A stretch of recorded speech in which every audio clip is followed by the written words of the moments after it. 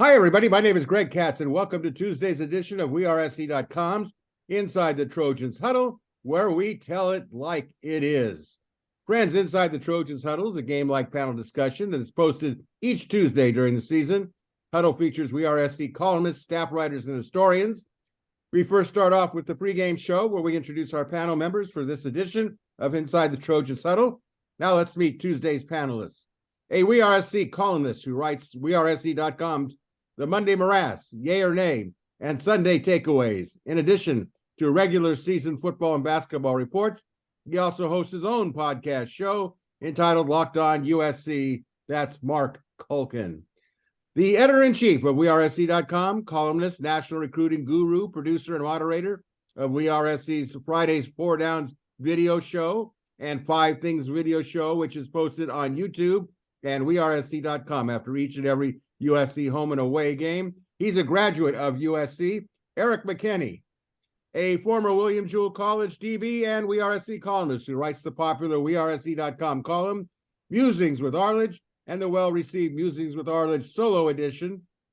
He's a graduate of the USC Law School. That's Chris Arledge. And a weekly WeAreSC columnist who writes Fridays the Obvious, Not So Obvious from the Press Box, IMHO Sunday, the WeAreSC.com travel guide, and an active member of the Football Writers Association of America. Your moderator and producer of Inside the Trojans Huddle, that's me, Greg Katz. Folks, if you enjoy WeAreSC.com's Inside the Trojans Huddle, we thank you for watching on sites like YouTube. We invite you to click on the like and red subscriber buttons. It's greatly valued, appreciated, and it is free. You can also listen to Inside the Trojans Huddle on most available podcast sites. And friends, speaking of WeAreSC.com, we're offering a first-time subscriber unlimited premium access for just $1 for the month. If you're not already a member, a full-time premium subscriber, you won't want to miss the USC football website that really does tell it like it is. All right, we're ready for kickoff. Panel, we kick off the first quarter of the huddle with a review of the Trojans' dramatic win against Cal, 50-49 last Saturday in Berkeley on a national television audience of the Pac-12 network. As we look again at what's happening along the way, USC is now number 24, remains 24, and we think that that's going to be a good spot for SC to be in. They need to prove that they can beat somebody, and they're going to have that chance the next 3 weeks. So with that in mind, let's begin with a review of the USC-Cal game. So let's start off with our leadoff hitter, as always, Mark Culkin. Your thoughts on that?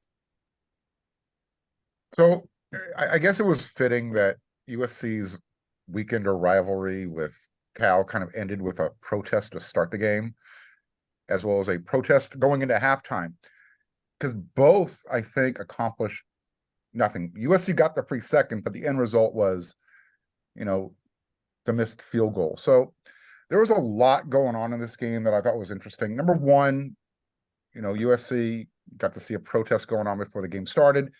Offense started great, and then for some reason, it held its own protest in the second quarter again, where it went scoreless. I'm not sure what's wrong with this team. We know the defense has issues.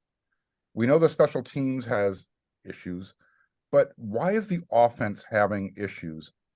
To come out strong, 17 points in the first quarter, and then not being able to figure out how to get a field goal in the second quarter, and having to rely on your fourth quarter to come back and win a game. I'm trying to figure out where the larger issue is. Everyone wants to always kind of throw shade and point the finger at the defense. Why is the offense so inconsistent right now? And it's not just right now, it's been for pretty much the month of October. And is that putting too much stress on the defense? So we hear a lot of, we're this close and, just a play away here. And if this player does this and what we've been hearing for the last month. Is this team not ready for the pressure? Because the talent is essentially the same, if not better than last season. So I raised the question, are there too many distractions? Lincoln Riley kind of alluded to it with the outside noise. Why does this team look more like 2012 unfinished business than 2023 where you're 7-2, but it just doesn't feel like a 7-2. That game against Cal, it was a strange one. I mean, fortunately, the defense ironically made the play at the end to preserve the win. I'm surprised they went for 2 because I don't know if USC's defense was going to be able to make stops if it went to overtime. So fortunate to get the win. This next game coming up should be interesting. And we won't discuss the everyone's feelings about the following game that we were talking about before we went on the air. So let's just say that USC got the win at Cal, luckily, and we'll see what happens. Are they ready for their next 3 big tests? Is Lincoln Riley ready to pass his exams? Because I think that's where the problem is. It's with the coaching staff right now. Well, we should say the Trojans did receive great news on Saturday when Oregon crushed Utah 35-6 in Salt Lake City. That gave the Utes 2 conference losses, which means the Trojans are again in control of their own destiny, with Washington coming up this week, followed, as Mark alluded to, by Oregon in Eugene. And of course, the finale to the season, the home game in the Coliseum against UCLA. Now, it may seem like a reach, sweep those 3, and the men of Troy are in the Pac-12 championship game. Eric, your thoughts on that and your review of the Cal game? It's the thoughts about being in control of their own destiny in the Pac-12 are just, it's so funny to me. You had the first 6 games where it was warm up, and then the Notre Dame game was going to tell you everything that you needed to know about this team. They failed that pretty spectacularly in every way you could. And you're still alive in the Pac-12. And then it was the Utah game right away. And it's okay. You come back home, you put everything together, and now you make a statement against Utah, and you're still in the driver's seat for the Pac-12 championship game. And you fail that one, not quite as spectacularly, but still pretty spectacularly against that Utah team. And you come out of that and you think, okay, there's another nail in the coffin. And they're still alive because of how the schedule stacks up. It's just a cat with 9 lives at this point. So this one against Washington feels like USC's in that corner, and this is the do or die. This is where you find out if you really have a chance to get there or not. And I'm sure Lincoln Riley's been pretty consistent in, hey, things break and there's losses everywhere else. And if you just keep going, you'll be there in the end. And so I'm sure something crazy would even happen with a loss, which would leave them still alive somehow. But I think that this is it against Washington. Looking back against Cal, that's it. That's USC. That's USC. You can go back to what we thought this team was going to be at the end of the 2022 season. Oh, here's who's coming back. Here's who's coming in. You can go back to what we thought this team was going to be during spring ball, during fall camp, some of those early games. I think that first half against Stanford, the way they played there, that's not this team. This team is this. This team is against Cal. They're not good at stopping the run. They can't really cover people when they need a big play, just kind of a standard tackle the quarterback play when he's in space. They can't really make it. Offensively, there are lulls constantly. They've fumbled the ball 18 times in 9 games now, put it on the ground, 3 of them here against Cal. Special teams is so, and they're going to rely on somebody making a play somewhere. And the talent is there to be able to do that in these games. But this was the 6th best team in the Pac-12 beating the 8th best team, 9th best team in the Pac-12. And that's what we saw. The 6th best team, now looking at those rankings, the 6th best team in the Pac-12 can beat the number 1 team in the Pac-12. We've seen that constantly through the history of this. So the idea that you write USC off because they're this team, I don't think you can do that. But this is who they are. This is what they're going to have to do against Washington. Spinning it forward now, I think the Cal game was a perfect encapsulation of kind of what this team is. And sitting here going into the 10th game of the season, thinking it's all going to come together. It's all three sides are going to play really well with no issues and no kind of guys out of position or drop passes or something where an offensive lineman doesn't just whiff on a guy when he's running straight at him. Those are the errors that you're going to have to try to overcome. Getting 4 turnovers is a great way to do it, especially kind of where they happen and the points that you could get off of them that USC was able to do there. But that's it. That's the team. That's the USC team that's going to take the field for the rest of the season. It sure feels like. Just enjoy the ride. But Chris, think in mind, I know you've got your thoughts already together. The good, the bad, the ugly of this game. Who did you think was the key, or what was the key to the game? If you can weave that into your monologue, it'd be interesting to hear from you on that. Well, so Chris? yeah, I think you're frozen. I think I'm good. I'm going to go ahead and talk, Greg. So USC, as Eric pointed out, has all kinds of flaws, and we can stop pretending that USC is close to being a good team because on each play there's only one guy who's screwing up. If on every single play you have one guy making a critical mistake, that means you're a bad football team. That's almost the definition of a bad football team. And USC is not very good. They do have some talent. USC is explosive. USC will be explosive on Saturday. They will make some big plays on offense. Marshawn Lloyd is going to have at least one long run on Saturday. Caleb Williams is going to have at least 3 or 4 plays where he does something that nobody else can do on Saturday, right? You're going to have Zach Branch or Taj Washington. It's going to get behind people, whatever. I mean, this is going to happen. So ordinarily, a game like Saturday's would really frustrate me, and I'd come in here and I'd be unhappy and I'd go on some sort of tirade, but I'm not going to do that. I wasn't the least bit unhappy with that game Saturday. I thought going in that it was going to be a high-scoring game that could go either way, and I was hoping we could win it. And we won it. I'll take that. I take it not because that was a good performance, not because that was good football. It wasn't. But because USC isn't really capable of playing good football right now. What they're capable of doing is stringing together just enough plays. A stop here, a stop there, jump on a loose ball here, a long pass there, that they squeak something out.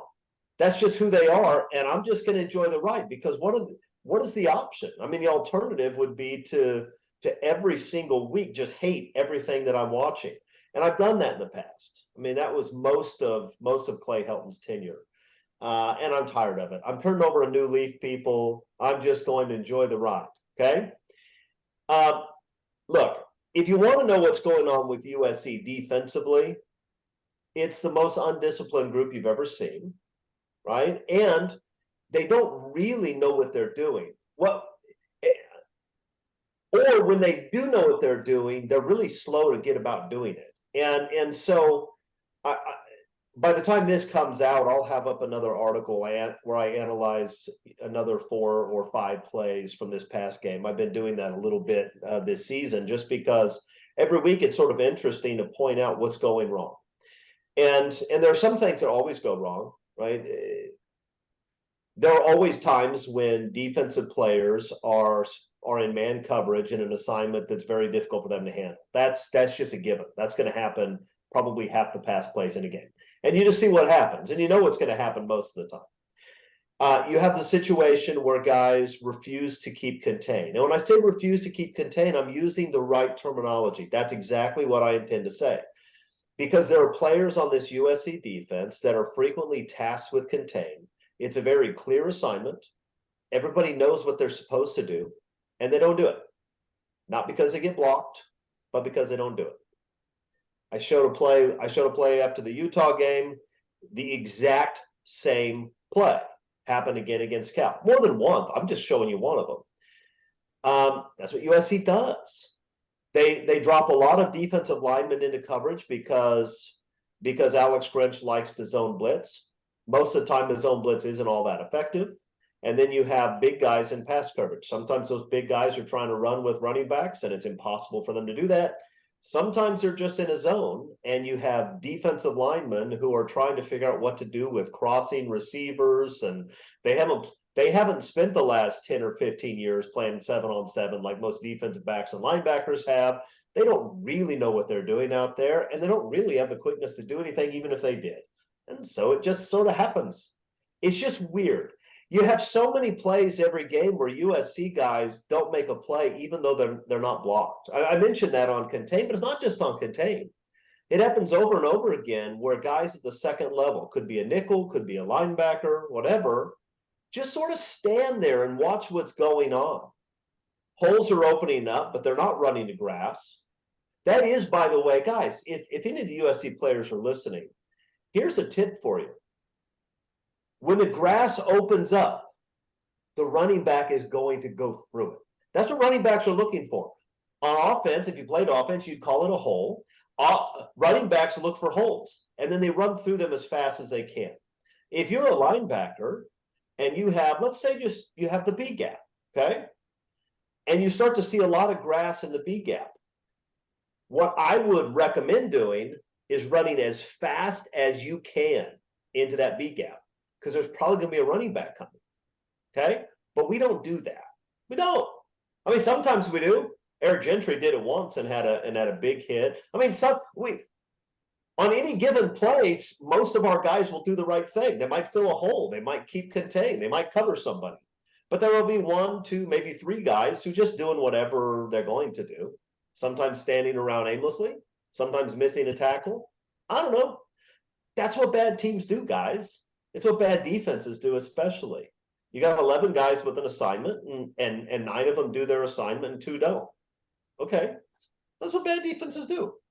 And USC has a bad defense. So it would be nice if they knew their assignments and aggressively attacked those assignments. That doesn't mean that you're going to make the play every time, right? The other team's still trying to block you. They're still trying to make you miss a tackle. Even if you know what you're doing and do it quickly and do it aggressively, things can still go south. But if you do that, you have a chance to play good defense. USC doesn't do that. USC doesn't play good defense. They didn't play good defense against Cal. They haven't played good defense pretty much any time over the last, what would you say, 5 years, 6 years? I can't remember now. It goes back a long way. And they're not going to play better defense until they are much more disciplined and much more aggressive than they are now. I don't know when that will happen. It won't happen Saturday. Good news is I still think we'll win Saturday. We'll talk about that in a bit. Offensively, look, it's a mess out there too, right? The offense has enough skill that they're going to make a bunch of big plays. That'll happen every week. It will happen again this week. I promise you. They'll make a bunch of big plays against Washington. But you're going to have a lot of times where the offensive lineman don't come close to blocking somebody. You'll have times when Caleb Williams holds onto the ball much longer than he needs to instead of just getting rid of it. And you're going to have guys put the ball on the ground. And you're going to have wide receivers drop balls. You're going to have all that stuff happen because they're not very good. That's the truth. They're just not very good. We thought they would be good. We wanted them to be good. Lincoln Riley thought they would be good. The team thought they would be good. The media thought they would be good. The voters thought they would be good. Everybody thought they would be good. But they're not very good. So roll with it, fellas. I mean, let's just enjoy the last few games. I mean it. Let's just enjoy the last few games. A top 5 team is coming into the Coliseum, and USC actually has a chance to knock them off. We get the UCLA game in a few weeks. The Bruins can't do anything offensively, and they're the Bruins. That's a winnable game. Let's win a couple of these and have some fun. And then when this is all over, maybe Lincoln Riley will sit down and take seriously the gigantic problems that are evident in his program and fix them. But he can't fix them right now. He can't.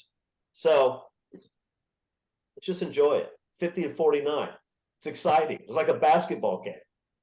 Chris, the you've basketball. you've got It's like a everybody. basketball game, and Jalen Smith, Dikembe Mutombo's that last pass and swats it down.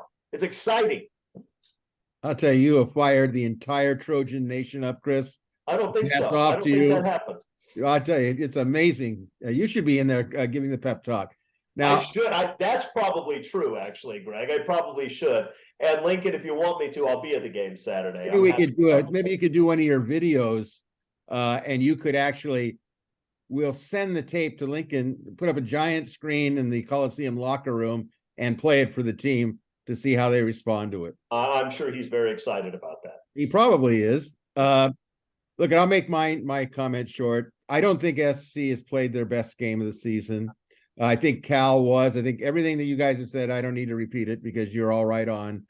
But, there was a couple of things that did strike me. Bear Alexander was a big difference to me, that it kind of changed the complexion in the second half. Maybe in the first half, Cal's running game wouldn't be quite so devastating. I mean, that's one of it. But there was other guys that did a good thing. What I really want to get to, which is not in the script, I went to get a toilet flapper this morning. I thought I'd share that with you. And so how was this buried so far down in the show? How was that not the first thing that we talked about? Well, I should, you know what, Eric? I should have flushed that out. I really should have. Well, and listen, in light of how, and we should, you know what? I failed to mention this and I shouldn't have. I'd like to have a moment of silence real quick because I think there's a good chance that we a moment of silence. This is yeah. Well, you got to stop talking for that to happen. Listen, I think we probably lost a third of our viewers this week, not to death or illness, but because we were getting a lot of Oklahoma fans that were coming by. That was nasty. No, listen to me. You mentioned the whole toilet. I wipe my hands on this one. Listen, you mentioned toilets. It reminded me of that OU game. All I'm saying is that a lot of those OU fans were coming by to enjoy our misery. I don't blame them. I was enjoying theirs last year. I enjoyed their Saturday. I don't blame them for it. But I think we're going to lose a lot of those people. It's not as much fun to come here and make fun of us when you can't beat KU and you lose your undefeated season. So Sooners, I'm sorry it happened to you. I still hate you and I hate your program and I wish nothing but bad things for you. But I do know how you feel. And, I'll probably know how you feel a couple more times this year. So I get it. I get how it hurts. Come back anyway. Not this week. Give us a week off. But come back next week after you beat whatever cupcake you have then. Well, here's the point. The point was, so I'm driving to Lowell's. And so I turned on the radio, and in the Los Angeles market, we have a couple of decent radio shows, talk shows that I listen to, not regularly, but so there's one with a sportscaster named Fred Rogan, and actually Rodney Peete, the legendary Trojan quarterback, is the co-host of the show, right? So to make a long story short and to transition into a question for you guys, Rogan and Pete were talking about Iowa's horrible offense, right? And the horrible offensive coordinator is the son of the head coach, Ferentz, right? So it got onto the what should Lincoln Riley do with Alex Grinch?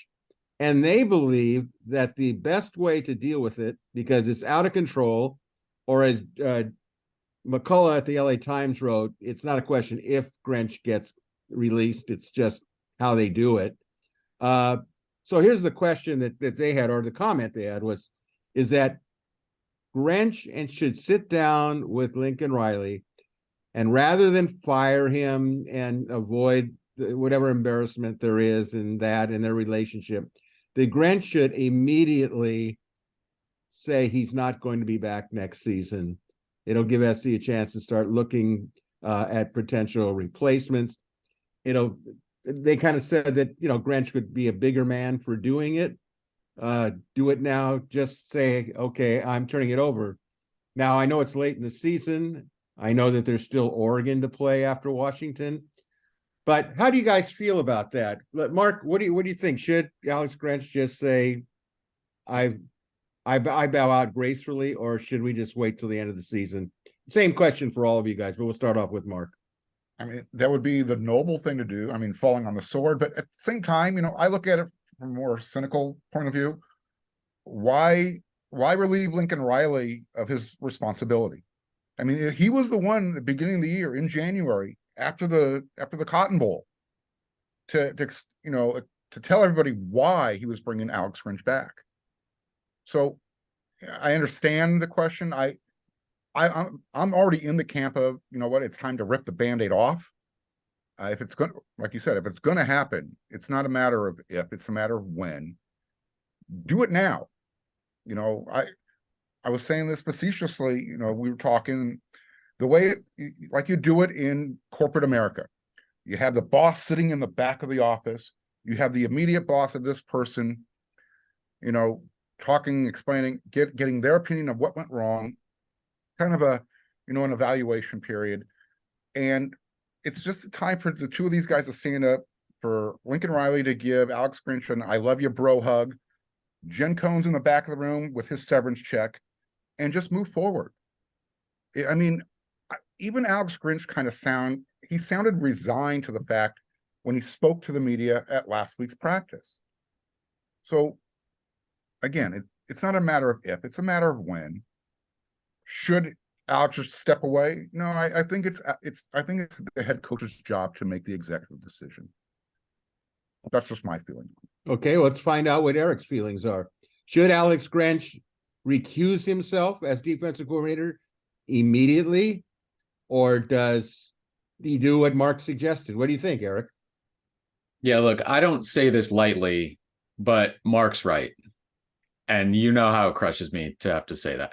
No question about No, Mark's absolutely right. This is not Alex Grinch's responsibility to fire himself. That is for me, that's a ridiculous notion to put it on an assistant coach to have to make that call. That's the head coach's call. And when you bring up Brian Ferentz, Iowa announced today, and it was an interim athletic director that actually announced it, that he's going to finish the season but not coming back next year. And so this is Monday, and we'll release this Tuesday. But so that happened this morning. So yes, you could do that. Lincoln Riley has let go of a defensive coordinator during the season before. With the teams coming up right now, Washington, Oregon, UCLA, without a natural kind of bye set up here, I don't have a huge problem with the fact that you made the decision to bring him back. You got to sort of sit in this filth now for this whole season, and you make the decision, or you announce the decision that you assume by this point has already been sort of mentally made at the end of the year. But I don't put anything. Alex Grinch is here to show up and do his job that he's being paid to do to the best of his ability right now. I don't think he needs to think at all about outside noise and perception and any of that stuff. That's not in his job description.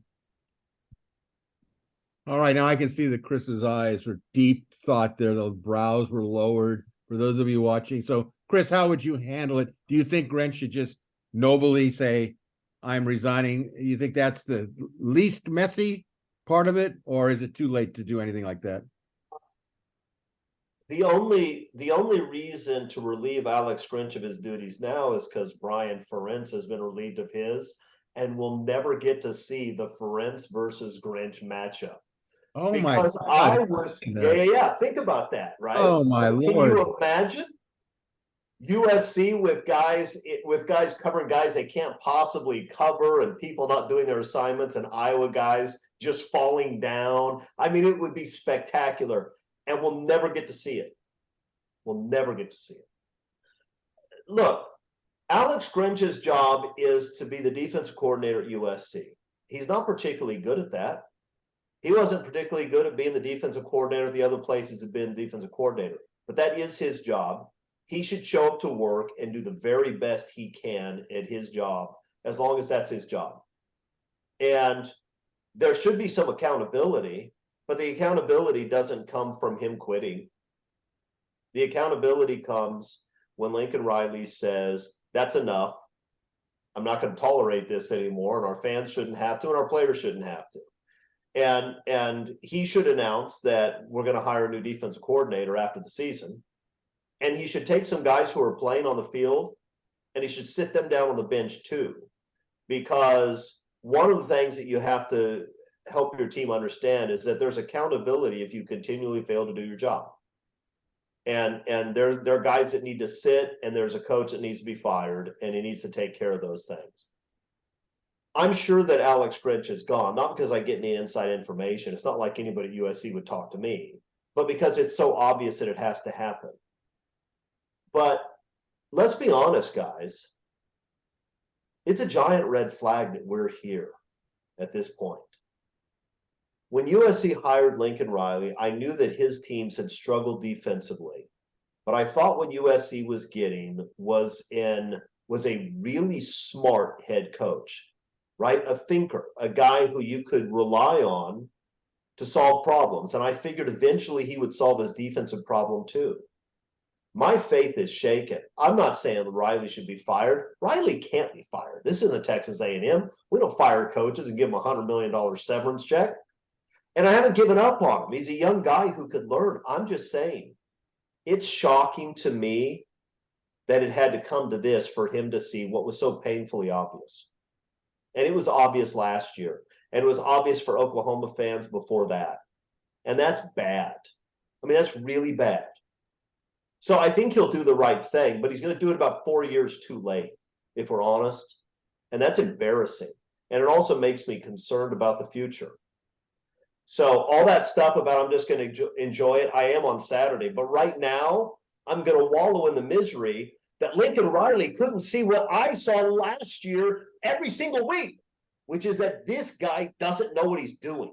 His players don't know what they're doing. He puts them in bad schemes. He tolerates a lack of discipline. That was obvious last year, all year long. It shouldn't be that hard, man. It really shouldn't be that hard. So are you That being said, if he wants to quit, he should quit. I wouldn't, it's not like I would complain and say, oh, I wish Alex would stick around and finish his job. No, if he got kidnapped by aliens and taken to another solar system, I wouldn't complain.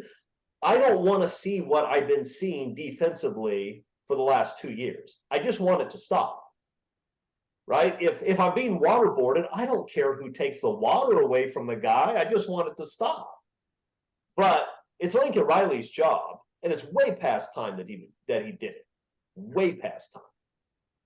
Well, I'll tell you, I think if it wasn't for where we are in the schedule, given the intensity, I don't think that Lincoln Riley on his own recognizance would want to distract his team with a big move like this. If it was maybe earlier in the season against maybe some, Colorado, Arizona, what have you, it would make more sense. But it's all hands on deck, even if those hands also belong to Alex Grinch. But I as well would not feel bad if Grinch said, "I'm going to recuse myself." But they're in the thick of trying to get into the Pac-12 championship game, so it's kind of a catch-22. But just to wrap this segment up, that bye week could serve a lot of purposes. That right after UCLA, there's that announcement because they're not going to the Rose Bowl. And we'll talk about that option in a little bit. So it's going to be something interesting to follow. With that in mind, fans, you ever been caught in a last-minute ticket frenzy? The stress, uncertainty, it's crunch time. You don't need it. But guess what? There's a game-changing solution, and it's called Game Time. Imagine this, effortless ticket buying for all your favorite sports, music, comedy, theater events. No more frantic searches. Game Time is your ultimate ticket buddy. Sure sounds good to me. Want perks? Well, how about incredible deals on last-minute tickets and a rock-solid best price guarantee? Say goodbye to ticket anxiety. Hello to the sheer joy of being in the moment. This Saturday afternoon, we should say, the Trojans play number 5 and undefeated Washington Huskies in the Coliseum. Game's an official sellout, but you can find tickets with Game Time for as low as $85. So check out the Game Time tickets after watching or listening to today's Inside Trojans Huddle. And aside from USC tickets, you can also head to Game Time for Rams, Chargers, Lakers, and Clippers, and tickets to all your LA teams. And don't forget concerts as well. Flash deals, easy access, seat view images, unbeatable price guarantee, event protection, Game Time has it all from sports to rock concerts. So here's the deal. Head to gametime.co. That's gametime.co, not co. That's a co, not .com. And download the app, create an account, use code Trojans for $20 off your first purchase. Are you ready to dive in? Sure you are. As for buying tickets, it's as easy as tapping on your phone. Tickets are sent straight to your phone. Again, download the Game Time app, create an account, use code Trojans for $20 off. Terms apply. Create an account and redeem code Trojans for $20 off your first purchase. Download Game Time today. Last minute tickets, lowest price guarantee. All right, second quarter, and this is a big one.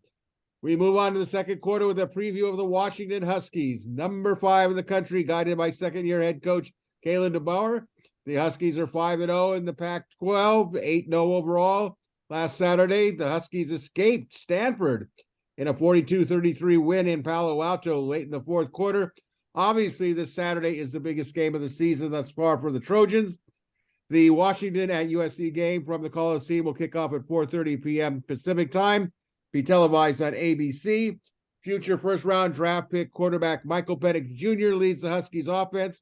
He has NFL caliber receivers at his side, led by Rome Odunze and a couple others in Jalen Polk and Jalen McMillan. Defensively, Washington plays a tough physical defense. They're not quite as good as maybe they've been in the past. Leading the way are junior lineman Braylon Trice and senior Zion Tubola Fatui and senior corner defensive back Asa Turner. Washington is currently averaging 40.3 points per game on offense while allowing 20.6 points per game on defense. Here we go, panel. Washington opened up at the beginning a 4-point favorite over the Trojans. Do you agree or disagree with those odds, Chris Arledge? You know, it seems pretty reasonable to me. USC's a mess. We know that. We talk about it every week. That hasn't changed. But if you haven't been paying attention to Washington, they've got real problems. I mean, they're winning every week, but they are not looking good. I mean, 15-7 win against a terrible Arizona State team.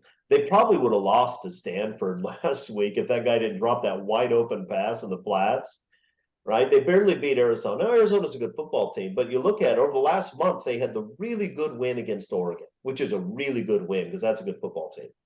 Other than that, Washington's been bad every week, and every team they play, even the bad ones, have a chance to beat them. So why shouldn't this bad team have a chance to beat them? I mean, I'm saying that a little bit tongue-in-cheek, but I mean it. This is a game that USC can win because Washington is struggling. And I suspect that while Washington will be motivated this week, I think USC will too. What that means, I don't know. While Washington will be motivated, Washington still is the team that has all the pressure on them. And I think they're starting to feel that pressure. I think they have a quarterback that's starting to feel pressure. I think they have an offense all around that's just not playing the way it should be playing in light of all the NFL talent on it. This is a Washington team that is ripe for the picking. And if USC had any side of the ball that I thought we could rely upon, I'd feel really good about it. As it is, I don't feel good, but I think it's going to be a close game. This is a game where if USC can make a couple of plays and maybe knock a ball loose at some point, they can win it. So, yeah, 3 points seems about right to me. Mark, does it seem about right to you? So home team usually gets 3 points, right? And USC's a 4-point dog. That's all. That's how people feel about this team who are, I guess, using their money to vote. Look, Washington has been struggling. Someone told me that they've been sick. That team's been, I guess, riddled with the flu. For a month? Well, at least for the last couple of weeks, including Michael Penix. I'm not disagreeing with anything you said, Chris. I'm just kind of throwing it out there, what someone told me. Don't ever disagree with me, Mark. Don't ever do it. He knows better, Chris. You will not be on this show next week if you ever do that. Hey, I'm already one up. I got Eric's approval. So yeah, he may not be here either, but go ahead. Look, what I'm going to be looking for in this game is, because you're absolutely right, Chris. USC has enough guys on offense that can stress out Washington defensively. What Washington does defensively, though, is going to put a big stress on Caleb Williams, and that's where the issue is. Braylon Trice, I think, lived in the backfield this past game. I don't know what the exact number was, but I saw pressure after pressure after pressure getting after the quarterback. Unless USC's offensive line can make some sort of adjustment, we're going to see how that goes. The other thing is we haven't been like bragging about our secondary, and for good reason. If those receivers are healthy and they're doing their job, and USC is just running their standard defense where cornerbacks, you're on an island, it's going to be one of those shootout type of games. So we saw USC versus Cal. That was 50-49. I don't remember the last track meet I've ever been to, but we might be at one at the Coliseum this weekend. So it'll be interesting. Yeah. The other thing that caught my attention, when USC was winning ugly against these teams that Washington is currently winning ugly against, they dropped in the polls. Washington is somehow rising to number 5. So we're going to see if USC does win this game, how strong of a number 5 team is Washington, and how much more credibility does USC get coming off that type of win. Eric, your thoughts? Well, with the ranking thing, there's only 5 real undefeated teams right now. So they're the last of the 5. USC never dropped below anyone that had a worse record, but they kept dropping than they did. Yeah. And I think Washington would too. If there were 15 undefeated teams, they may be 15 at this point. No, the 3, I mean, nobody was going to guess that USC would be favored coming into this one. I mean, just based on rankings and record at this point. So 4 is actually less than I thought. I wouldn't have batted an eye if this was Washington -7, -8 at this point. But I do think that USC fans especially lose sight sometimes of these teams above them are not perfect. And that this Washington team is not maybe the juggernaut that it seemed like they could be early on in the year, when it seemed like maybe USC was that kind of team too. So anybody can get Washington. I think in the Pac-12 this year, you saw that with Stanford, and Stanford got them at home and was down 14 early, came all the way back and played them really tough all the way through. So USC can hang in there with them and win. It's going to be tough. It's going to be tough. Washington does not give up pressure on their quarterback. USC has 1 sack in the last 3 weeks right now. And after being really good at getting after the quarterback early on, remember that was like the one thing Lincoln Riley could point to. We're creating a bunch of pressure, sacks, and tackles for loss. Opponents have more sacks against USC than USC has sacks now at this point in the season. Cal could not get to the quarterback going into last week, ended up with multiple sacks against USC. Washington cannot get to the quarterback this year. Chances are they're gonna give Caleb Williams some problems a little bit with that, because that's just what we've seen from the USC offensive line. So if Michael Penix gets that time to throw, these wide receivers get chunk plays big time. And what we know of the USC defense is somebody's busting a coverage or missing an assignment somewhere. And so if you give him, just like it used to be with Caleb Williams, if you give him enough time, he's going to find it. And defenses have decided to just sit in coverage now, drop a bunch of guys back, try to let nothing over our head, make him make right decisions, and done well. I don't know if USC can do that or will do that against Michael Penix, and he's going to hit some big plays. So this feels like a game that USC has to win. I don't know, 62-59. Like, is that the kind of thing that this is going to be? And of course, it's college football, and every game you feel like that is like 12-10 at halftime or something. And then that's kind of how things go. But yeah, the expectation here is, for me at least, USC is going to need some kind of tip ball, turnover luck. They're going to have to hold on to the ball. You cannot give Washington short fields because their defense is not good. You look at kind of where they rank and what teams have done. It's not good. It's not terrible, but it's not good. And so this is a team that USC's offense, and I know we have to talk about the USC now and not the USC that was 0-0 back in August when we had kind of expectations for what we'd see. But USC should put up points against Washington if their heads are on at all and coming out and playing this game. Washington's going to score maybe at will and score a bunch on this. USC is going to need, and I think, and it sounds weird because Washington blew Cal out this year, but it's going to need to be about the same. USC, I think, is going to have to win the turnover battle potentially significantly, get some short fields, and put points on the board.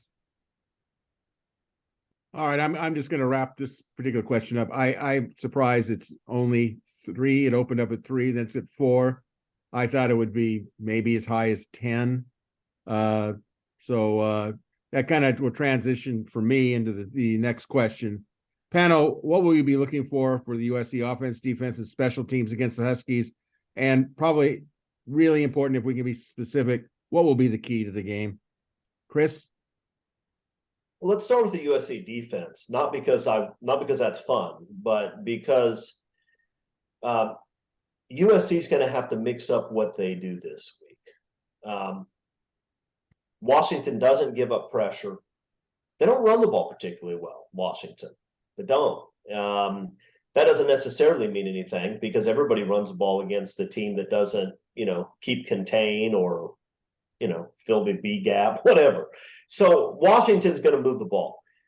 What USC needs to do is get a handful of stops and hope the offense has a big day. How do you do that? You can't let guys behind you. If Alex Grinch does what he usually does, and he's manning up on these NFL caliber wideouts without deep help, not getting any pressure on Penix, and almost nobody gets pressure on Penix, then they're going to have 70, 80-yard touchdowns over and over and over again. I'm praying that Alex Grinch is not that dumb. I'm not comfortable with that, but I'm praying that he's not that dumb. What you're going to have to do is you're going to have to sit back, you're going to have to keep everybody in front, make Washington throw 8, 9, 10-yard routes, and it's going to be frustrating. It's going to be frustrating because Penix will do it. But make them have 10-play drives to drive all the way down the field, come up, make tackles, and just keep everything in front and play smart football. That's what they need to do. If you do that, you might get lucky. Bear Alexander might tip a ball in the air, you might pick it, right? A receiver may drop a ball, you may get a holding penalty. Stuff happens. Good stuff doesn't happen if you play man on these guys without deep help. Good stuff doesn't happen. Only bad stuff happens all the time. Okay? That's what they're going to have to do. Washington's going to score a lot of points. USC should score points too.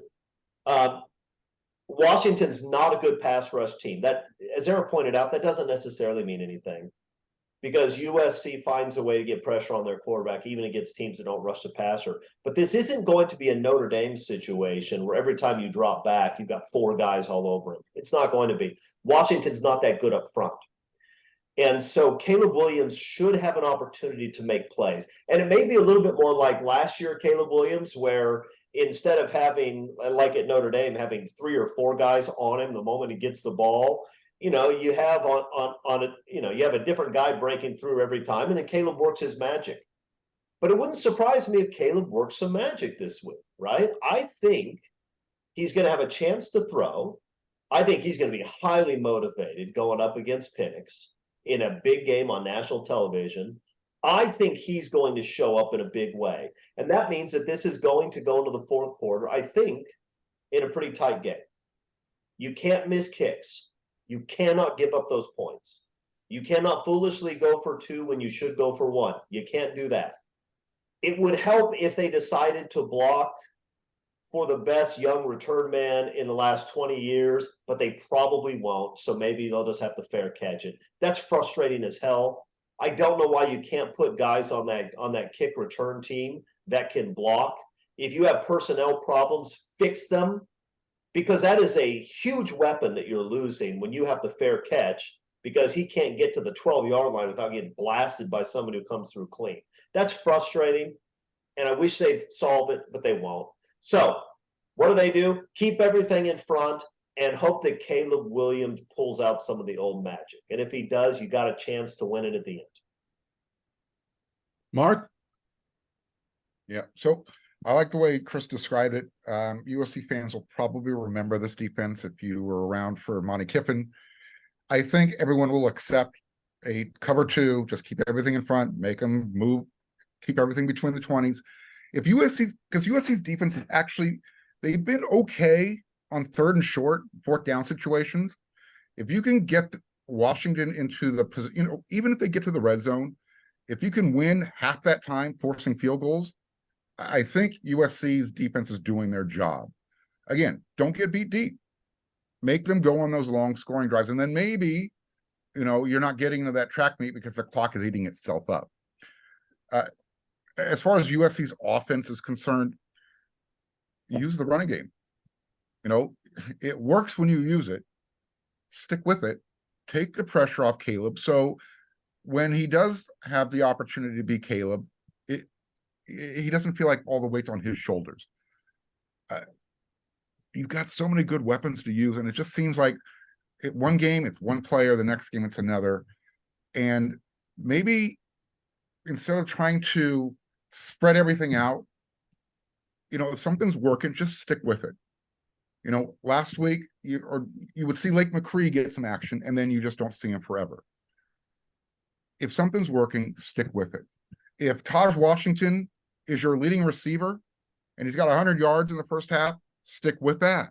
It's those types of things that make the offense hurt itself. They're trying to do so much, and sometimes you just need to keep it simple like we would like them to do on defense. And as far as special teams, you're right. Don't miss any kicks. Take the extra point, make your short, chippy field goals, because I don't think you should be having to take long field goals, but that's another story. Play cover 2. Go Monty Kiffin. Okay, Eric? So for the USC defense, the points made there, I'm going to echo. I think you look at Michael Penix, and I think you need the line that he had against Arizona. He completed 30 passes against Arizona for 363 yards and no touchdowns. And that's it. I think that's the line you need if you're USC. You need to not give up a big play. Right in that Arizona game, there was one big play, one big passing play, 57-yard pass to a tight end that got one-on-one in coverage against a linebacker. And yeah, we'll probably see that, but you tried not to, right? You don't give up the big play to where these Washington receivers, they can go 75 yards. They can go 75 yards on a ball they catch at the line of scrimmage or on a ball they catch 65 yards downfield. You don't give those up and you make Washington earn it. They're not great for when you say not great about the Washington offense is extremely good, but they are not great in the red zone. Eighth in the Pac-12 in terms of red zone scoring. When you shrink it down because they can't run around 100 yards a game, when you shrink it down and make them score all their touchdowns in the red zone and just kind of pushing it in, you like your chances to take 4 points off the board, I think, every once in a while on these drives. And so you just, that's it for me. That's it. Don't give up the 60-yard hit in one play against Washington. And that's it for me for the USC defense. The USC offense, score, right? I mean, be the USC offense. Be the Lincoln Riley offense. Put it together on the ground, through the air, take your 6-yard completions. find a way to settle into a zone and hit the receiver. I mean, these are some things where you're just off a little bit, right? Like I think there were 3 or 4 against Cal where it's just a receiver and Caleb Williams need to be on the same page with where they're going to settle in the zone. And it's just 2 feet off, 3 feet off, can't quite get both hands on it. When you do, you can't quite bring it in. Those little things, you can't do that on a 3rd and 9 when a guy's open for 10 yards and you throw it a little bit behind, or he's not settling where you expect him to. So that's it offensively. You got to keep things moving, and you got to be the offense that you think you can be. And then defensively, you can't, no 75-yard touchdowns. I mean, I know it's not going to be easy. But for me, that's it. You make Washington earn everything they can, or everything that they put up on the scoreboard. All right, I'll say very quickly, offensively, score. Don't trade touchdowns with field goals. You want to kick a field goal to win it at the end, great. But this is one of those games, it's not going to be over till it's over. Both teams have shown that they can come back. They can score in a hurry. Defensively, keep the ball in front of you. Make them drive the field 13 or 14 times. Special teams, I agree with Chris, 4,000%. You need to take advantage of Branch. You need to be able to block for him, both kickoff return and punt return. That's going to be a big thing. But the key to the game to me will be interceptions. Which quarterback is going to cough the ball up and create interceptions? Because both teams throw so much that the interception could be a key one, whether it's a pick six or just change of possession. I think that fumbles, of course. So what does it all add up to? The team generally that in big games or almost all games, it comes down to turnovers. In this game, especially, could be that. Okay, final question of the half. You don't have to make it a long answer. But panel, although the game has been announced as a Coliseum sellout at 77,500, do you think they'll all show up? And what kind of an atmosphere do you expect to see on Saturday, Chris Arledge? I don't have to make it a long answer, but I'm going to, Greg. I'm going to talk for 38 minutes on this. No, they're not all going to show up. And the students will show up. The Washington fans will show up. I'm going to show up. I bet you guys will be there.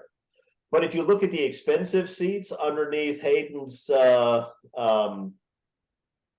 mess that they built over there, it'll be half full. It's always half full.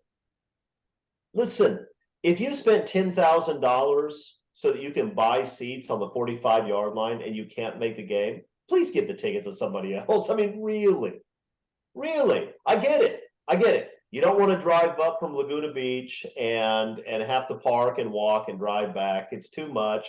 You're going to watch it on your 100-inch television. That's fine. I have no problem with that. Give the tickets to somebody who'll show up. It's frustrating. I mean, it really is frustrating to have all of those seats half full all the time. And frankly, it's a little bit embarrassing. Now, what will the atmosphere be? It depends what happens. If this is a close game in the second half, I think it'll get lively. It'll be like any USC game.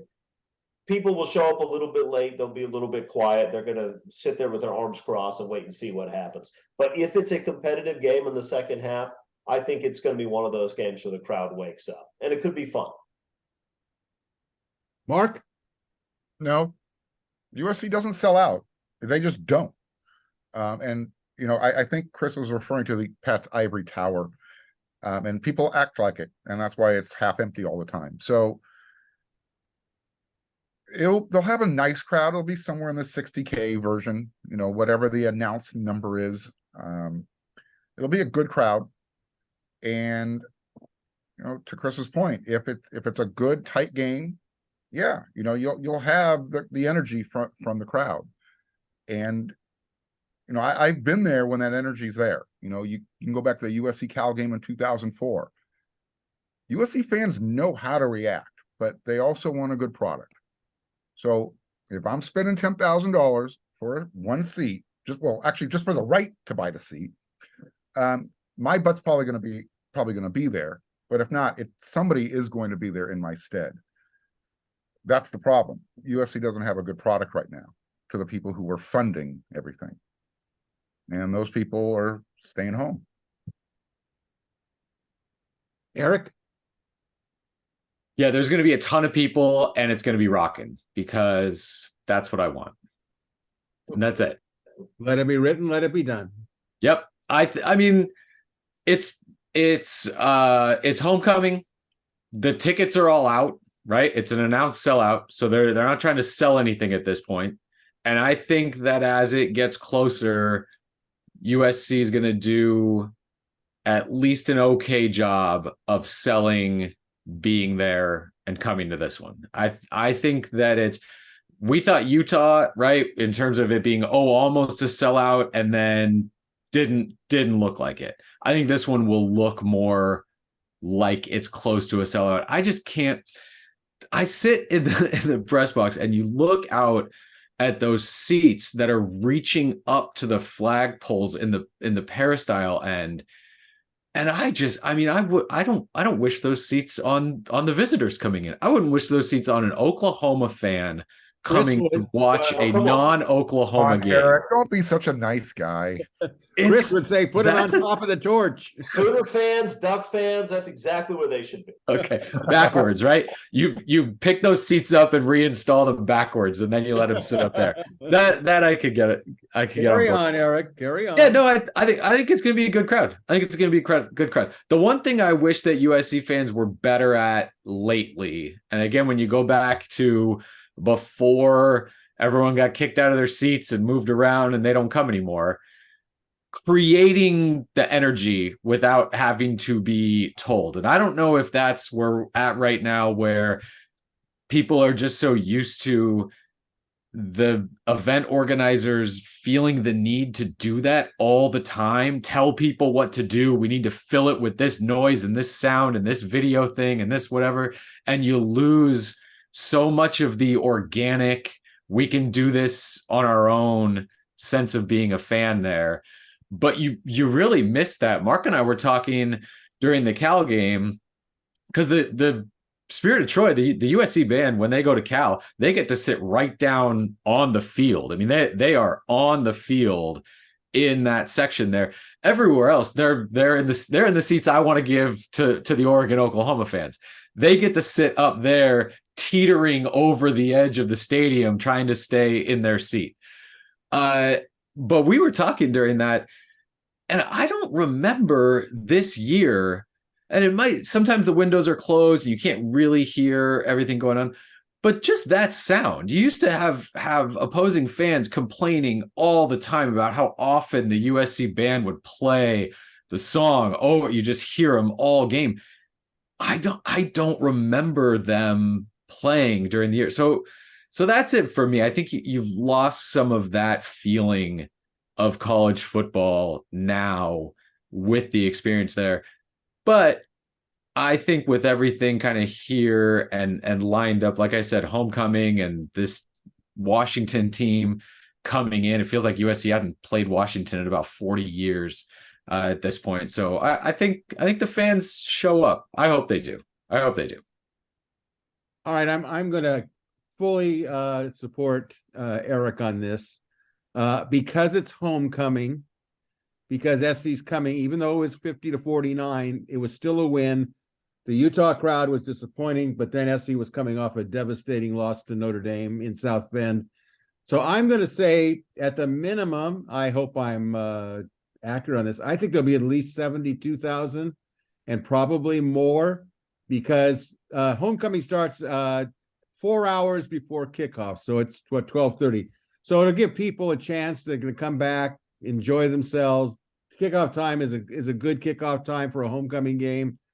And I think that by the time the game approaches, the comparisons of Penix and Caleb Williams, number 5 in the country, undefeated, big deal. I think that the fans in LA like a big game.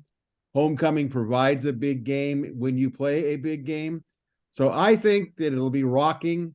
But I will say this, you better bring your little ear stuff to stuff your ears, because if SC does not play well, and SC let's just put it this way, loses the game in a very difficult fashion in the sense that they don't play up to whatever their capabilities are, I think the Boo Birds will come out loud and clear, and there won't be any doubt about their feelings on it. So with that in mind, friends, a reminder to USC football fans, following the conclusion of each and every USC home and away football game, WeAreSC.com brings you 5 things: a timely analysis from moderator and WeAreSC editor-in-chief Eric McKinney, along with columnist Mark Culkin and myself. We'll answer and discuss 5 important in-depth questions about the just concluded game. We invite you to check out 5 things on YouTube and WeAreSC.com after the conclusion of Saturday's afternoon's game with the Washington Huskies from the Coliseum. All right. Halftime, kind of a quick topic here. Panel with the Trojans, in all probability, no longer in the national championship picture. What bowl game would you like to see them play in, and what bowl game would you not like to see them play in, Eric? Well, for me, I would like to see them play in the LA Bowl now that it is the LA Bowl hosted by Gronk. I cannot imagine what the festivities leading up to that might be. And then the media meal of what I assume would be pizza, nachos, and a bathtub of jungle juice would be just a phenomenal way to cover a game, I think. So I'm looking for, I think that's my answer to both of those questions, the one I want them to play in and the one I don't want them to play in. Okay, Chris? I don't even want to answer the question. I'm still stuck on your defeatist attitude, Greg. You say that in all probability, USC is no longer in the national championship picture, which is a hilarious way to word it.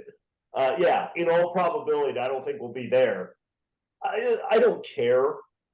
I mean, I guess the Alamo Bowl, because it's close. The Cotton Bowl's close, but every time I watch them play in the Cotton Bowl, it's a disaster. So maybe not that one. I don't know. I think there's a Fort Worth Bowl. Maybe they'll play there against like the 4th team from the MAC.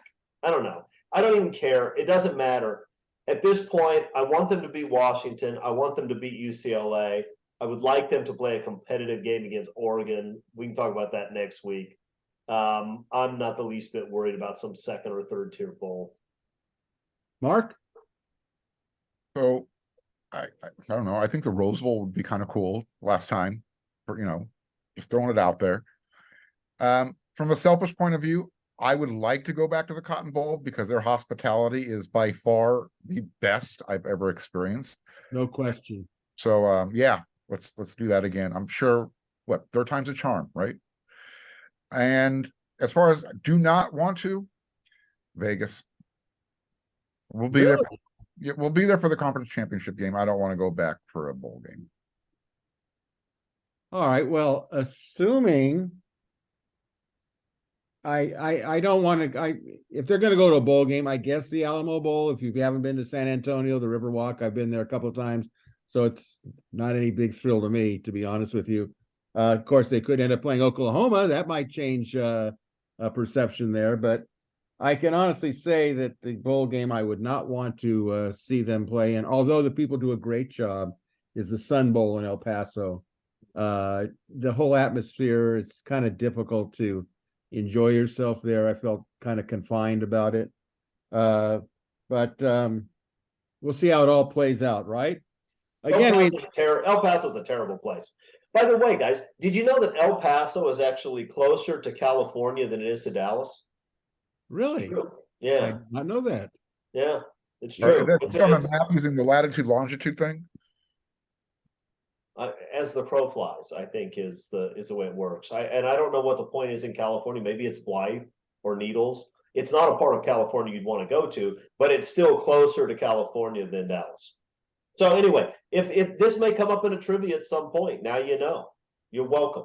Well, thank you for providing with us that.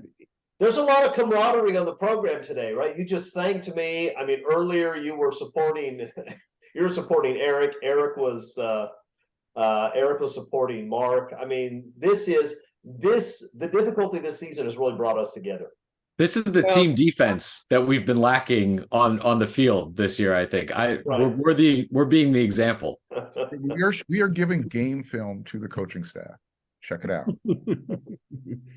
Well, we strongly encourage those of you watching Inside the Trojans Huddle on sites like YouTube to click on the like and red subscriber buttons. It's greatly valued and appreciated. It's free. And you can also listen to Inside the Trojans Huddle on many available podcast sites. And be sure to check out WeAreSC.com. Become a premium subscriber. Third quarter lightning round predictions. Time for the Big Ten lightning round and quick responses. We give the panel assortment of questions with quick responses.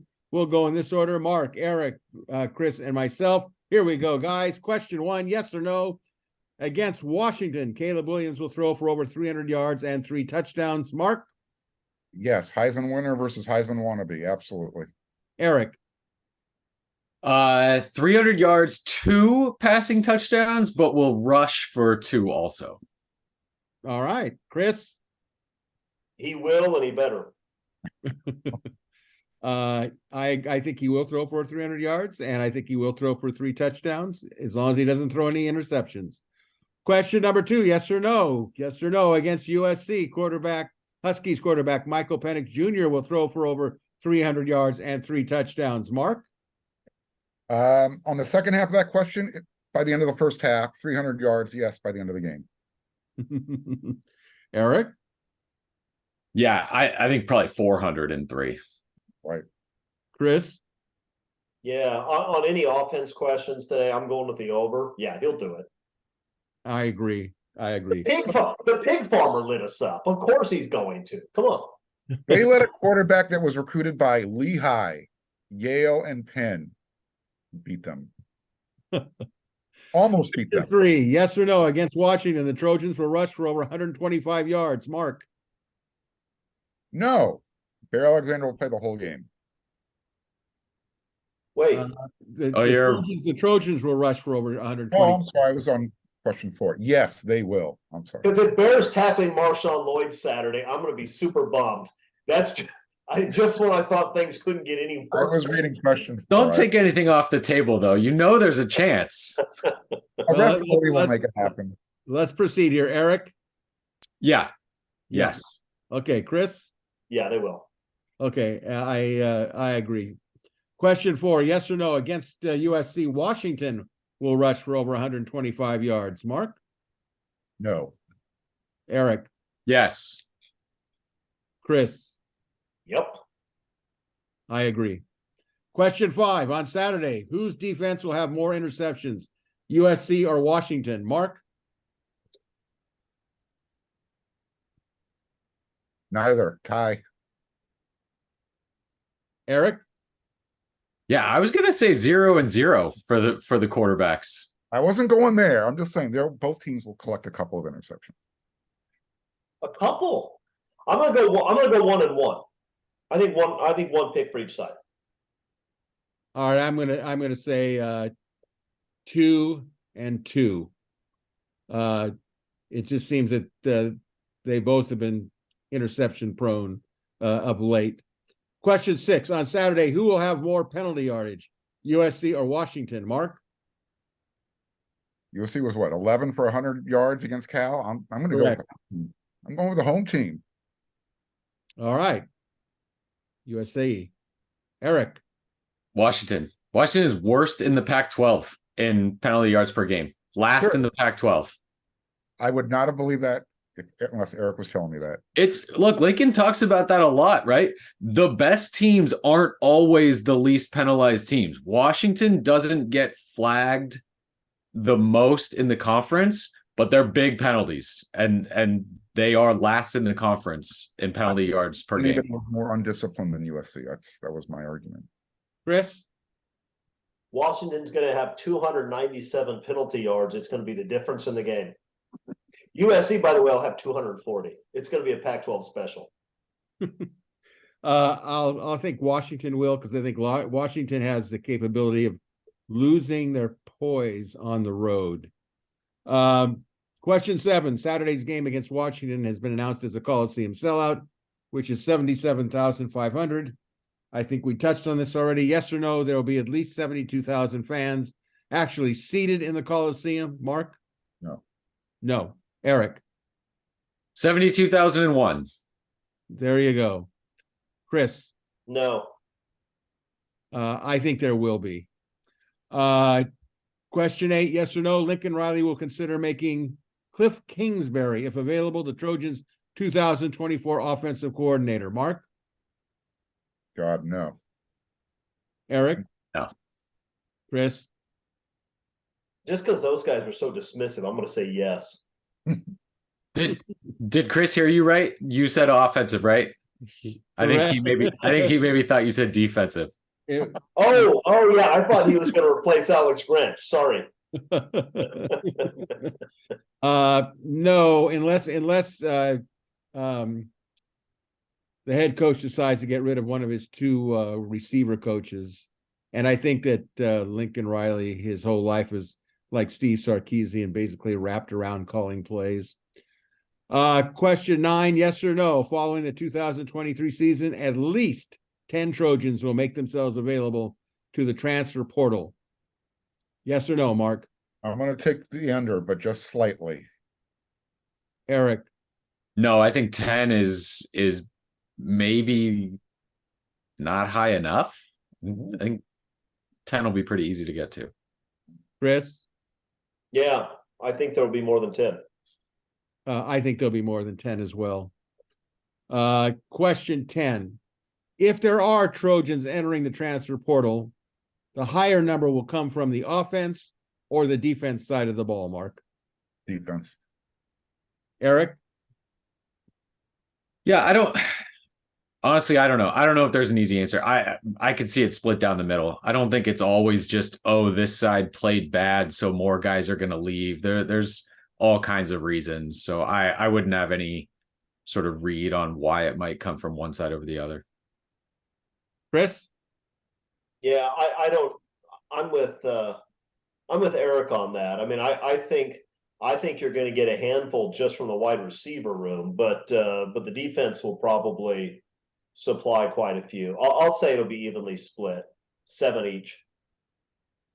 I think it'll come from the defensive side of the ball, pending who the defensive coordinator is, position coaches changes, or whether they just feel that any credibility they've been told in the past, they don't trust it.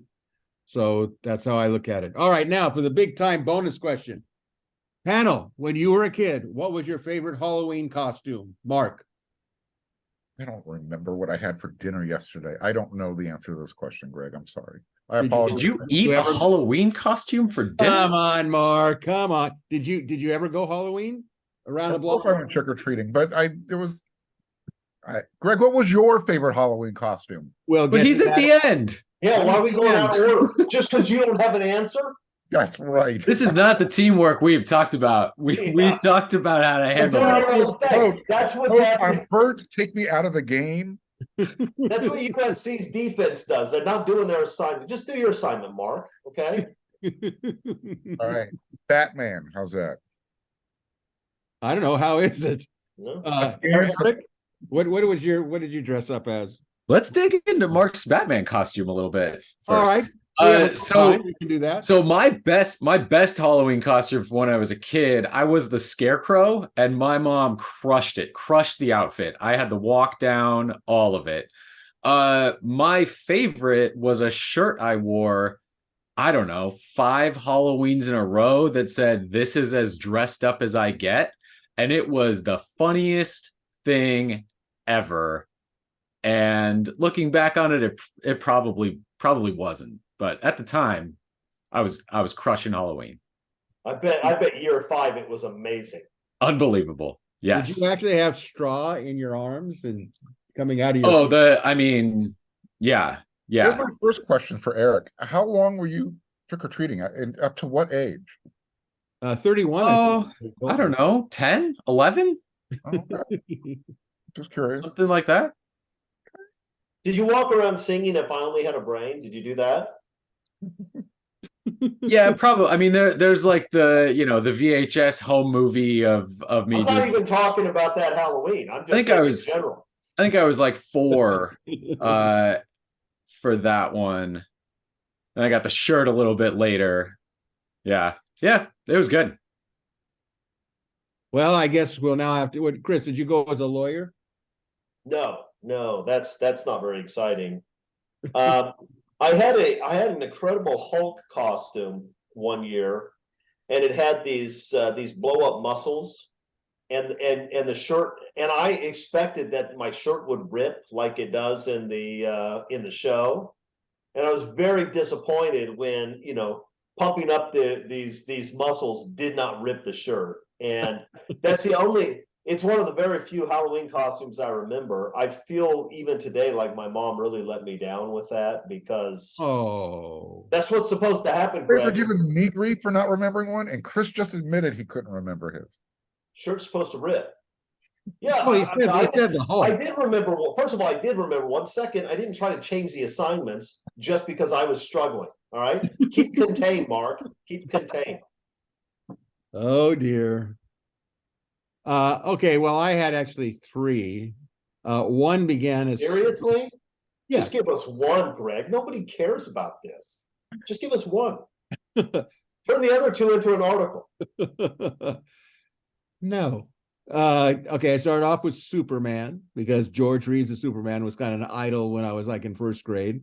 Then I elevated to Zorro with Guy Williams. That became a real favorite. But Superman to Zorro that's not elevating. Superman's at the top. You already got to the top. I think that's uncalled for. I'm glad he went with the original Zorro and not the 80s version. Thank you, Earl Flynn or Tyrone Power, whoever it was. That was kind of racially insensitive by Eric, I think. Okay, we're not going there, dude. It was though. It was. I didn't want to have to call him on it, but I did. My third one was I thought was actually one of the better costumes I created was I did Frankenstein, I think when I was in 6th grade or 7th grade. The bolts coming out of the neck and I put all this talcum powder on my face and got the square head with the hair. So I was kind of pleased with that. But only three, Greg. I feel like we're just now getting to the point where the audience is excited about your Halloween history. He may have been each of those multiple years. I like to leave them hanging, wanting more, of course. All right. Now, before we head into the fourth quarter, it's now time for that symbolic thing that everybody always looks forward to, the symbolic lighting of the Coliseum torch, a tribute to USC home games when the famed Coliseum torch is lit between the third and fourth quarter of every home game. And a reminder while the torch burns a little bit, a reminder to all you recruitaholics, don't forget to watch WeAreSC.com's weekly recruiting video show, Recruiting Roundup, with nationally respected Scott Schrader, and he's the best in the business, and host Dylan Brazier. And again, a reminder to watch Friday's new 4 Down show with moderator Eric McKinney, along with myself, bringing you the latest info on USC's next opponent, the Washington Huskies, and sponsored by Prize Pick. So with that, let's get into predictions. The winners for this weekend's Pac-12 game will go in this order: Chris, Mark, Eric, and myself. Here we go. This is for Saturday, November 4th. ASU at number 18, Utah, 11 a.m. Pac-12 networks. Utah is a 12.5-point favorite. Chris, who are you picking? This is a disappointing slate of games this week as I look at it. This is an easy one. Utah is not losing at home to Arizona State. Mark? Utah wins. Arizona State covers. Eric? Yeah, I think it's close, but Utah wins. Yeah, I agree, but ASU has really come a long way. I'm impressed by what they've been doing. They've really been getting better. I kind of agree with Mark a little bit about the cover. All right, Cal at number 6, Oregon, 2:30 p.m. Pac-12 networks. Oregon is a 24-point favorite. Chris? Oregon's going to destroy them. Oregon is the best team in the conference, and at home they're tough. They're not going to lose to Cal. Mark?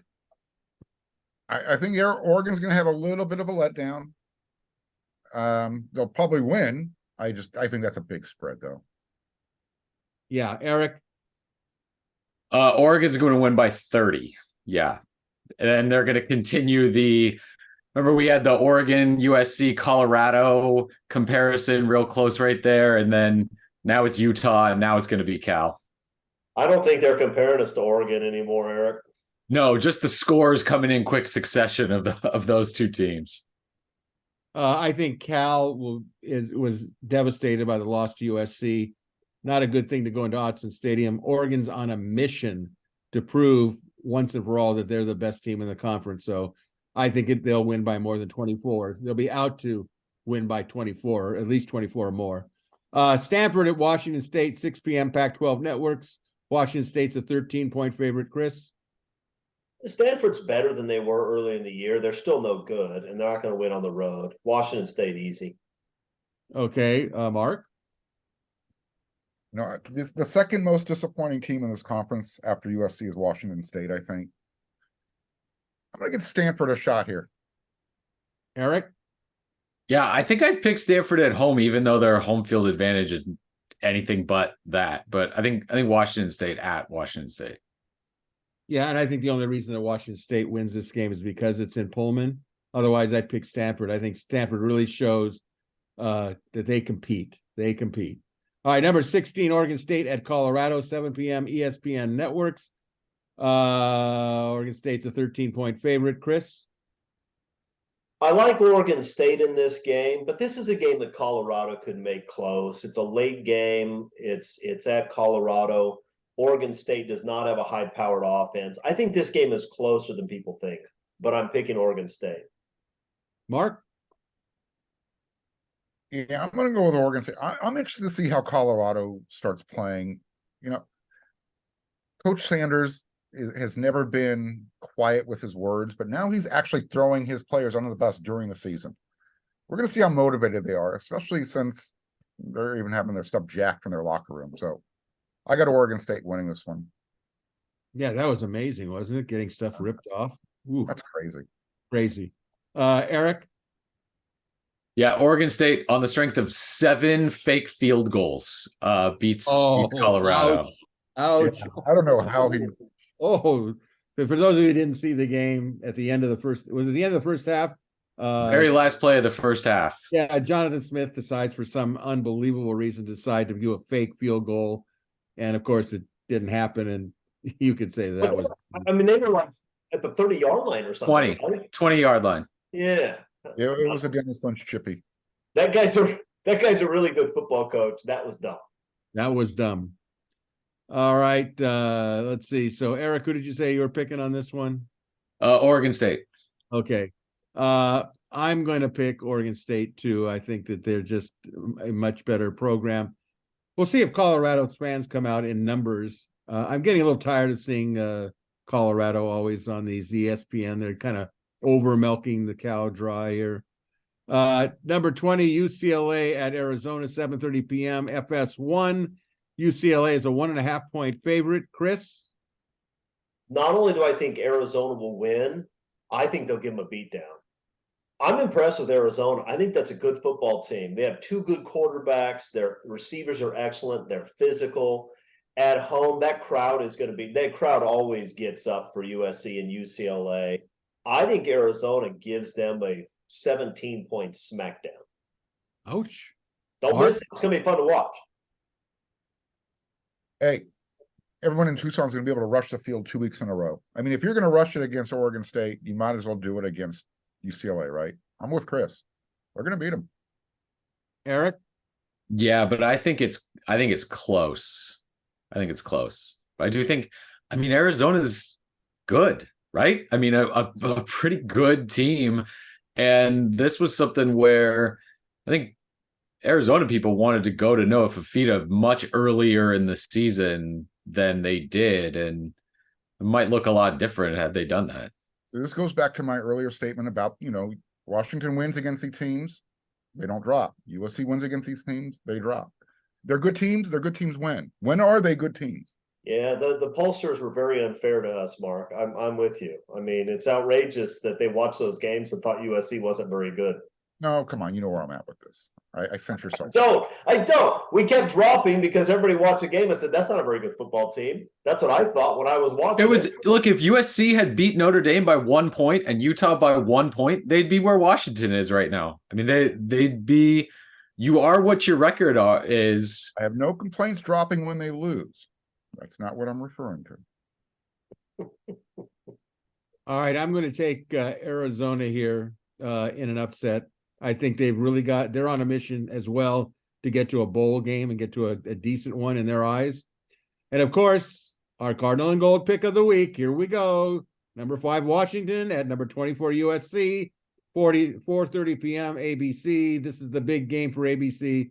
Chris Fowler, Kurt Herbstreit will be in attendance. Washington started as a 3-point favorite, so tell me if you're seeing the game through your heart or your head, Chris. Not going to make any distinction like that, and I'm not going to tell you where this is coming from. But here's what I'm going to tell you. I wish you would. USC is going to get this done. They're going to keep people in front. We're going to get a big punt return from the freshman. Caleb Williams is going to pull out some of that old magic. The Trojans are going to win this one 45-42. Thank you, Dennis Lynch. Mark? What's the over-under, Greg? I'm taking the over. Well, it's not gonna look- 76. we're missing 4 extra points for that final score, Greg. Let's go. Wait, Mark's going. Mark asked a question. Mark, okay, repeat the question, Mark. I'm sorry. I think it was like 78, wasn't it? Or 80? 76, I think, was over under. Which, going back to Brian Ferentz, Iowa Northwestern over under initially got set for 29.5, which I think would be the lowest ever recorded. Wah, wah, wah, wah. Still Sorry, a go ahead, no-brainer. Mark. I'm taking the under on that all day long. I would take the over on 76, 75, whatever that number was. Definitely On take 86, I'd go over. I'd go over on 86. Yeah, that might be the threshold for me right there, but just because of it's going to be some 40 something to 40 to something, somewhere in there. And yes, USC will pull it out. I'm going 48 to 40. Eric?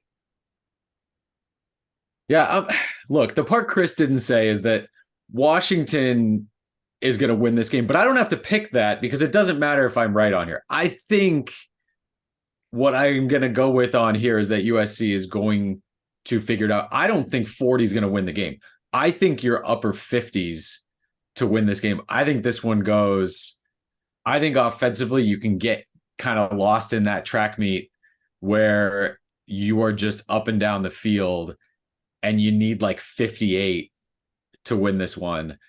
I'm gonna say here Caleb Williams finds a way to put that many on the board. You're not taking into account USC's run game, all the incompletions, and Lincoln Riley burning his own clock with his late substitution. So just be careful where you're going here. 58. Yeah. If we need 58, we're in trouble. But okay. Ultimately, I think USC's in trouble. Yes, in this game. I just That's fair. We got to the root of it. Yeah. All right, Washington's going to win this game because I just don't have any confidence in the Trojan corners. And I think the wide receivers for Washington are really tremendous. If SC even starts hearing any booing at all during the game for whatever reason, it could be devastating. The fans have to stay behind them. My heart is going for SC, no question, 2,000%. But part of me just says, I you don't know, even believe that, Greg.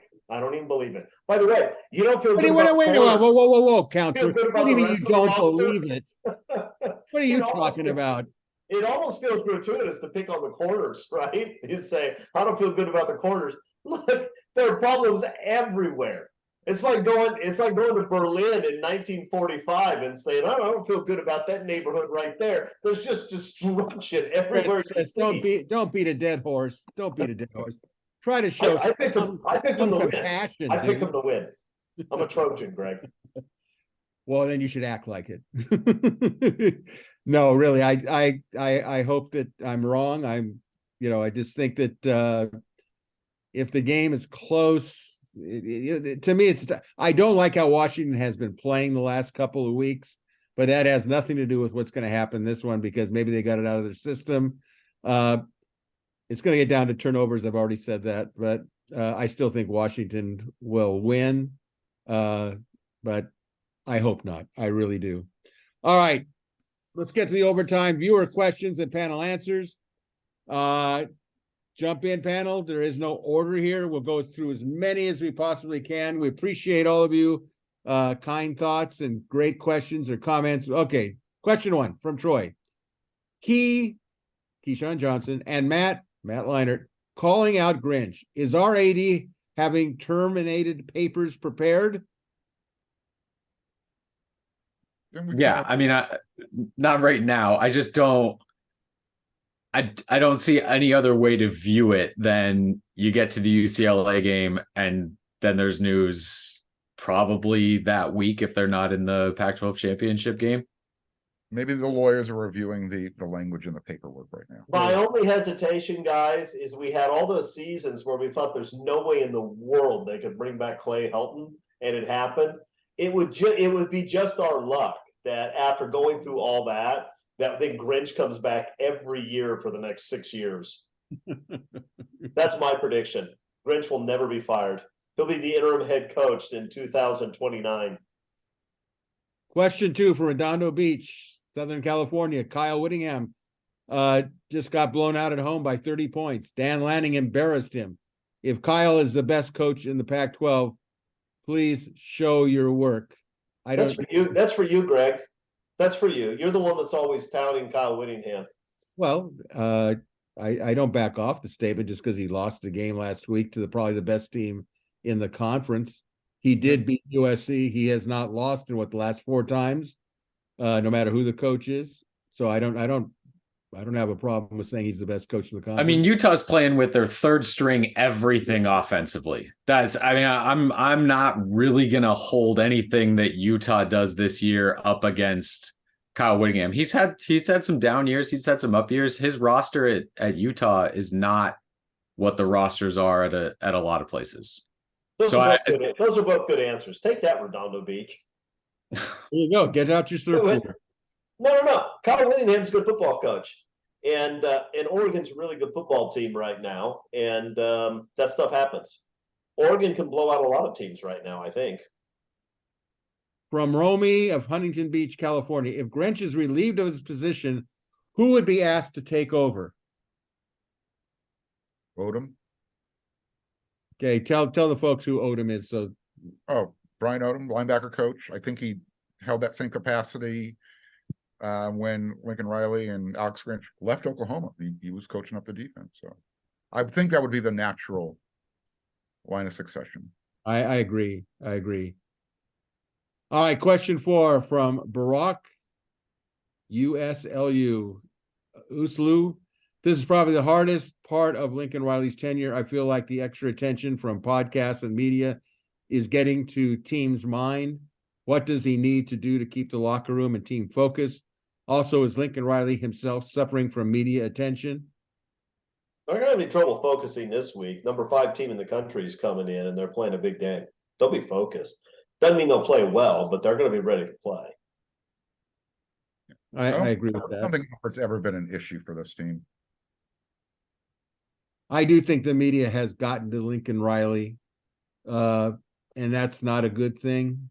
No matter his credibility is really shaky.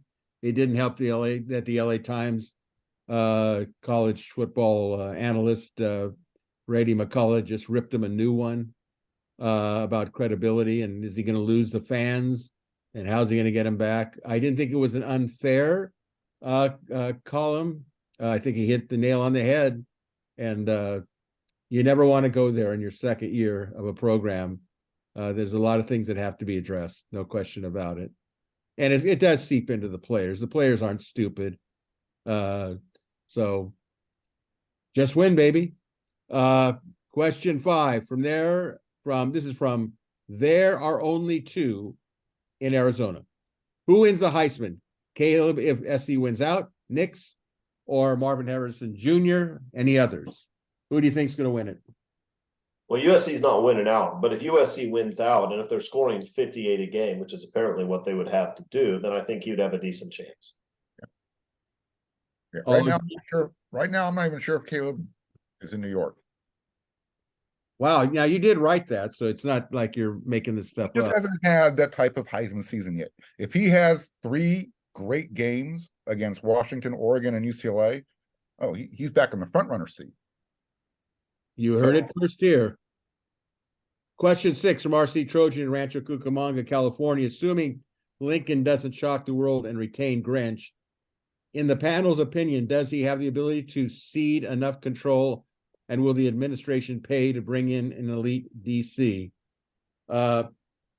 I think that they will open the checkbook for a well-known, accomplished defensive coordinator for the amount of money they're paying Lincoln Riley. He's not going anywhere unless he decides to go somewhere else, NFL, what have you. So he can take the heat off himself, and so can USC in the football program. They can change the narrative immediately by bringing in and paying for a well-known, accomplished DC. Thoughts? There's the comment about, does he have the ability to cede enough control? It sure feels like if you're a defense coordinator and it does play out where it's open, this is as inviting a landing spot as it was for Lincoln Riley to replace Clay Helton. I mean, it was, Lincoln Riley talks a lot about how bad things were before he got here. If you come in as a new defensive coordinator, there's some pieces here. You assume now with the transfer portal, you can bring maybe a lot of what you've worked with before, or bringing players in. And Lincoln Riley is not a defensive coach. He is not going to have his face in your meeting room a whole lot and tell you how to run your defense. If it feels like it would be a fairly attractive job. Now you would be, is there ever a good defense on the opposite side of an offense like this, right? I mean, you have to understand what those challenges might be. And people have looked at kind of playing defense opposite an air raid offense, even though I know this is air raid, in quotations with a run game, that kind of thing. So those would be kind of the counterpoints that you'd have to figure, but it sure feels like a spot where you have some room, like you could have some growing pains and people wouldn't be immediately on your throat because they know where you're starting from with it. And you know what? If you're going to be a defensive coordinator, Big Ten's a great place to be a defensive coordinator. There are only 2 programs, maybe 1.5, that actually play offense in that whole conference. I mean, you look up and down the Big Ten standings and ask yourself, is this team any good on offense? And it's like 90% no. The Big Ten's terrible offensively, terrible. So yeah. Yeah, I don't think Alex Grinch is starving on bologna and Cheerios. He's being paid pretty well. USC, when it comes to paying their assistants, the defensive coordinator has usually been pretty well taken care of. You just go back and look at who they've had. Even what's his name? Not Orlando, but the guy before him. He was paid a pretty nice dime. So Clancy Pendergast? Or you yes. I think they're going to bring him back. I think it's going to be Clancy. No, look, don't bologna and Cheerios absolutely on the media menu at the Gronk Bowl. Absolutely. Yeah, I don't think paying the going market price for a good defensive coordinator is going to be an issue at USC. That's not going to be a problem. Well, not if you're paying the head coach $100 million for 10 years, I would suspect. If you're going to make that investment, You don't have to pay an offensive coordinator. That's why you're going to supplement that income revenue. Right. All right, question 7 from SC, the one in Orange County. Who should be the starters at linebacker and defensive line versus UW? Who should do our kickoffs, Dennis Lynch or Eddie Czaplicki? And what should be our kicking strategy, given neither one is guaranteed to get the ball into the end zone? Thoughts? I'm going with Rajon Davis against this type of offense. You need somebody who can cover. I don't know if he's the best option, but he might be the best option. So give me Davis and Eric Gentry at linebacker. Thoughts on the? I think Cobb and Gentry. It's going to be Cobb and Gentry, of course. As the starters there. They're easily the 2 best linebackers on the team right now. Okay, well, Washington's best offense is throwing the ball. I don't care. Rajon Davis doesn't know what he's doing out there. He doesn't know what he's doing, Mark. Outside of Eric Gentry, what linebacker looks good out there? Well, Mason Cobb gives you a chance to make some tackles. Okay. So that's not even questionable. If they may not play Gentry because for some reason they don't like to put their best linebacker on the field, but he should be out there, and Mason Cobb will absolutely be starting. What about the kickoffs? Or defensive line? Do you see any changes you'd like to make to the defensive line? I thought it was interesting. Stanley Talfo didn't play much after being a starter and playing a ton all season. I think Solomon Byrd and Jamil Muhammad certainly are the two guys that have played out there. And then maybe if you can start Bear Alexander twice, you put him in twice on the line. Tayshaun Benton's been flashing for a long time. I think he has ability. I'm surprised he hadn't gotten more time before that. He played a ton. He played a ton against Cal. You could see that maybe again against Washington, where it is right. That line has been so good. You go with the guy that maybe 1 out of 5 snaps he can get back there for you, and you can get kind of a havoc play there. Any thoughts on the kickoffs? Why can't we find a guy that kicks it in the end zone? It's just bizarre. One time, Dennis Lynch goes out there, he kicks it out of bounds. His very next kickoff, it's 7 yards deep into the end zone. It just makes no sense. All right, from Rick, USC Rick in Tampa, Florida. I have a sick feeling that Lincoln Riley will retain Alex Grinch with 3 regular season games remaining. How does everyone on the panel feel about the odds of Riley coming up with some excuses to retain Grinch after the season? I already predicted he'd be here for the next 6 years. So look, this is the best example we've had in a long time of USC PTSD, right? This is the sort of thing that USC fans who lived through Sark and Helton and all the rest of this nonsense, you can't help but assume that the dumbest thing possible will happen every year. He's not going to keep Alex Grinch. Come on. He's not going to keep Alex Grinch. Yeah, I don't think Lincoln Riley likes negative attention when it's pointed at him. He's going to get rid of that negative attention as quickly as possible. Well, I agree. Well, hopefully as quickly as possible. I mean, today it's already not as quickly as possible. All relative at this point, right? He's got to get the spotlight off of him. There's no doubt about it. And the spotlight, with all due respect to our friends in Norman, Oklahoma, shines really bright in LA. And Lincoln Riley's, look, you got 2 major columnists. Bill Plaschke tore him a new one. So did Brady McCullough. You can't have that in LA. I mean, that's like the nuclear option. He's got to get that spotlight off of him. Question 9 from Bay Area SC fan in San Francisco Bay Area. Do you think that last year's USC regular season record of 11-1 was a fluke? And what have we been since? 7-4 is more realistic expectation for Riley and USC and in the Big Ten. What current evidence exists to suggest Riley can bring USC football back to consistent excellence? I don't know if he's going to or not, but the Big Ten is not a difficult conference. The Big Ten is full of garbage teams. That's the truth. And when the 4 Pac-12 teams come over there, they will more than double the amount of decent teams in the Big Ten. Look up and down the conference. It's terrible. It's terrible. Penn State's good defensively. They can't really score, but that's a good team. Obviously, Michigan and Ohio State are good. Other than that, who's good? All the big name teams in that conference are horrific. Nebraska, terrible. Wisconsin, terrible. Iowa probably won't score 3 points the rest of the year. It's a terrible conference, people. They have a lot of big stadiums and a lot of fan support. They have that going for them. They're terrible. That's it. They're terrible. Quit talking about the Big Ten like we can't beat Big Ten teams. You get Indiana on the schedule and Illinois and Purdue, Northwestern. Sorry, Eric. I mean, these are bad football teams, almost all of them. Going through the Pac-12 on a weekly basis is far more difficult. In the Pac-12, you're going to face good quarterbacks who can put up points. That's a problem because when a quarterback is hot, even a good defense might give up some points. In the Big Ten, 70% of the time you're facing a team that literally can't put the football in the end zone against junior high school competition. That's just the reality. Quit talking about the Big Ten like it's tough. It's not. Ohio State's good. Michigan's good. Penn State's good. Rest of that conference, garbage. Yes, Big Ten fans, go ahead.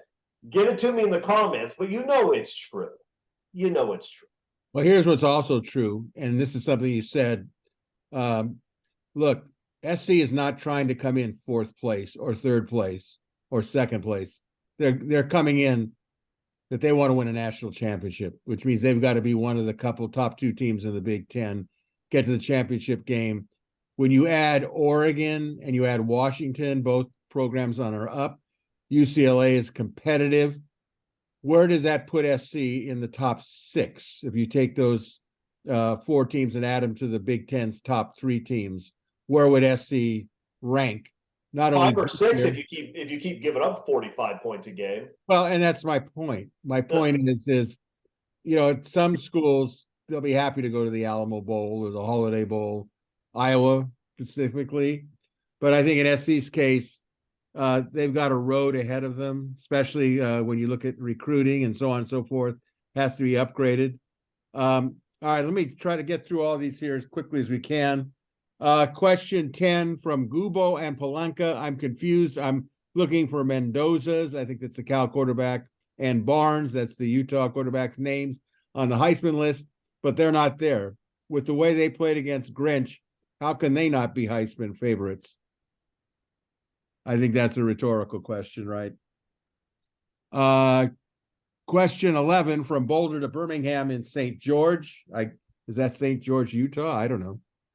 We all know the defense stinks, but the offense is confounding with all its inconsistencies. Do you think that Caleb has a hand injury?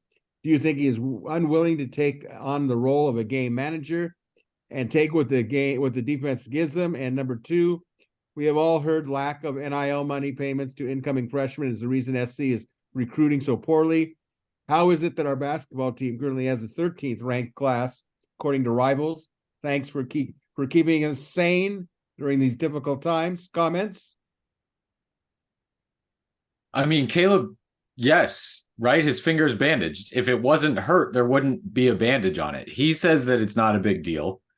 I don't think he was throwing as kind of crisply during that whole time. I don't think it's a major injury. But I don't think it's, I mean, he didn't play with a bandage on his finger last year, right? It's not like a fashion statement there. So I don't know how much you kind of read into that. He seems to be okay with it, and it doesn't seem like any of his throws are too affected by it. The game manager thing is just a tough. He's played quarterback the way he's played quarterback for so long. It is so difficult to really buy into, hey, don't make plays. Don't make plays. Like when he starts scrambling around and goes back to the line of scrimmage and is spinning around and looking for guys, he's not, I don't think he's thinking in that moment, okay, step here, now do this, now look here, now do it. It's just him. It's just the way he plays. And if you try to throw the emergency brake on that guy, I think you're getting into more trouble. So you keep trying to guide him into, hey, let's make this play. But boy, it would be really tough to tell him, hey, don't play football the way you know how to play football and have played, that way and gotten you to this point. Okay, some of these questions here we held over from the previous week, so I think they've kind of answered, but I'd like to give these people some pub here for writing in, and if there's something you want to add, fine. Question 12 from Corona Trojan fan in Vancouver, Washington, would like to add the following to this Zach thread. How important is it for Zach Branch to be available for USC in their following games? He elevates the special teams from being irrelevant to a major threat, and on offense, he is a matchup nightmare for the opposition's defense and gives HCLR a much wider set of options. I think we could agree on that Zach is an important, super important on special teams. I'm a little surprised he's been somewhat quiet on offense. Maybe Got to get it into his hands.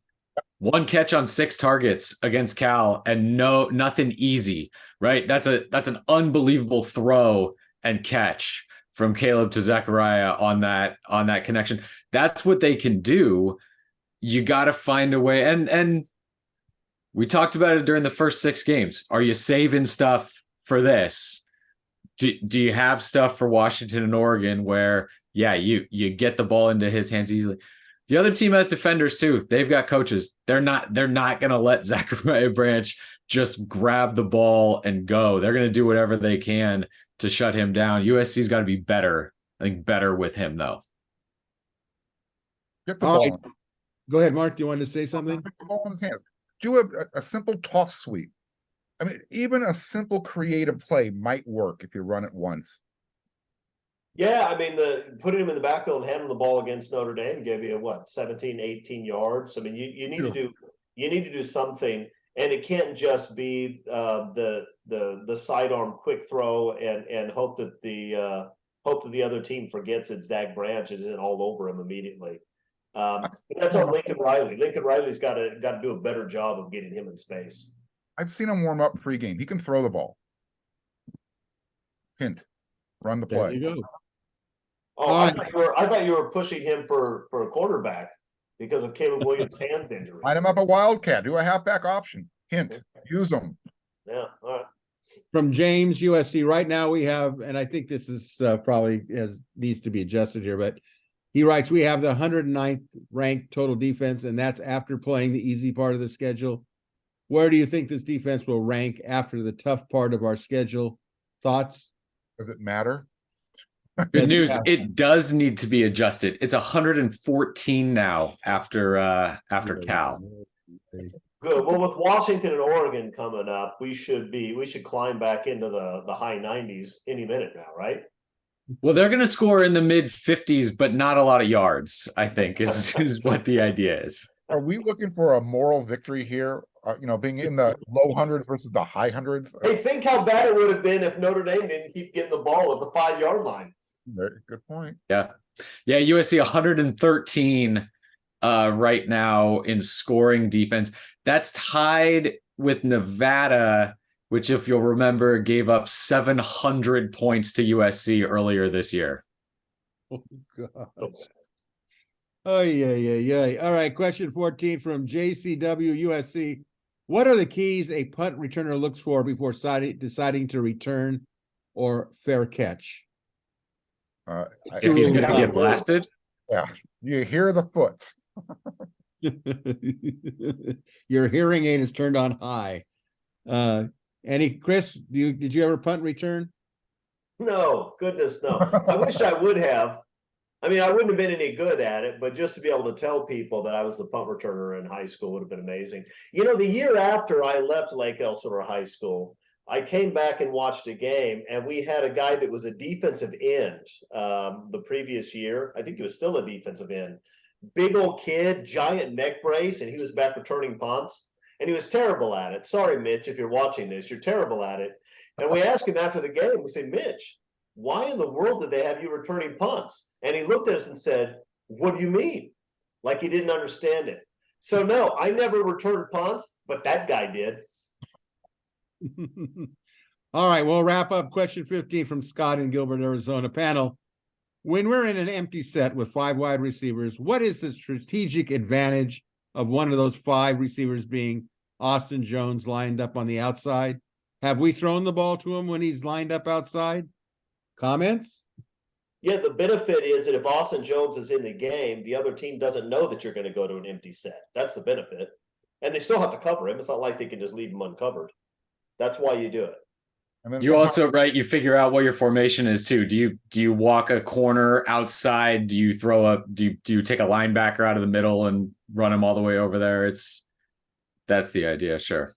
And if they do line him up there initially and they move him back into the backfield, then you have the defense adjusting again from there. So I think it's just about moving the eyes. And I don't know if they have this year. He's a running back A USC running back lined up 5 wide all the way outside has absolutely caught a pass. I mean, typically that's just like a quick hitch where they kind of stay out there like he did, right? He caught one out of the backfield where he motioned out to the sideline and then hung out and caught a pass there. Ultimately ends up in the same spot doing both those things, just from a different look. And Mark tells me that in warmups, Austin Jones can throw the football. So Zach. maybe we're going to run that. Maybe we're going to run the play. All right. A reminder again, if you have a question or comments for our panel, go to the WeAreSC members message board. Click on the thread that pertains to Inside the Trojans Huddle, viewer or listener questions. Once again, if you've enjoyed Inside the Trojans Huddle, please click on the like and red subscriber buttons. We greatly appreciate your support. Be sure to check out WeAreSC.com and become a premium subscriber. That'll do it for Tuesday's edition of Inside the Trojans Huddle. A reminder to watch 4 Downs on Friday and 5 Things on your YouTube following Saturday afternoon's game between USC and Washington. So until next Tuesday, when we review the Washington game, preview the Oregon game, a new Big Ten lightning round, and all things USC football, a big thank you again to our great panelists, Mark Culkin, Eric McKinney, and Chris Arledge. And a special thank you to you for all of your help in listening to us and your comments. It's greatly appreciated. So until then, this is Greg Katz wishing you a great week. Beat the Huskies. And until next Tuesday, this is, again, Greg Katz reminding you all to fight on, everybody. And come back next week, Sooner fans.